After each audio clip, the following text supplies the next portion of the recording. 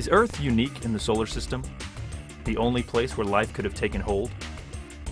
Or could such an environment have existed at some point on Mars, where water and key chemical building blocks could have come together in a way that could support the smallest, most basic forms of life? The Mars Science Laboratory Rover, NASA's new robotic vehicle for exploring Mars, is heading to the Red Planet to find the answer. So, how does a robotic rover try to find answers? By copying what its human creators do. On Earth, geologists might check out a map, drive out to a remote location, and hike to a possibly hard-to-reach spot where they could see layers of ancient rocks, like in the walls of a dried-up riverbed or the sides of a canyon. MSL is an incredible rover because it has an amazing ability to move around, and we're going to need that because we're going to have to go into some tough-to-reach places. It can travel at least 20 kilometers, probably further. We're going to be able to land in a safe place and go beyond that to where the really rough rocks are, which is where all the good geologic clues are that tell us about the early environmental evolution of Mars. In the hunt for evidence of life on Mars, geologists first have to determine if certain conditions were right. If the rock record shows evidence of certain minerals and organic molecules, the chemical building blocks on which all life is based.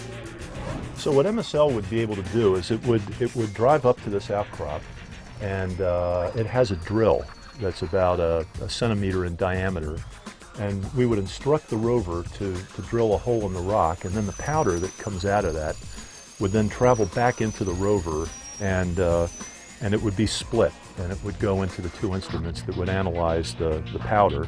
One would give us information on mineralogy, and the other one would give us information if there were any organic molecules in here. It's really as close as we can get to putting a field geologist on Mars.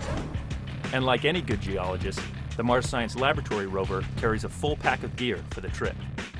On Earth, geologists use tools like compasses, rock hammers, and hand lenses to explore the environment and study the rocks. They might even do a simple acid test to see what the rocks are made of. The Mars Science Laboratory rover carries a whole laboratory with it wherever it goes. It's much bigger than any rover sent before, about the size of a car. That means it can carry a lot more advanced instruments. We've got a laser called ChemCam, and we're going to be able to look at rocks that are on the walls of outcrops or in positions where we can't really get to it. And we'll be able to shoot this laser beam and look at the light that's reflected back to us and get some sense of the chemical composition of things that we might not be able to touch. All these capabilities will help scientists understand the history of these remote areas. One of the questions that people most often ask is whether or not life is unique in the universe in our solar system. And the short answer to that is we don't really know. And the only way we're ever going to figure this out is to leave our own planet and go explore other solar systems as well as planets within our own solar system. Could Mars have had an environment capable of supporting life? The Mars Science Laboratory rover is taking all the tools it needs to try to solve this mystery.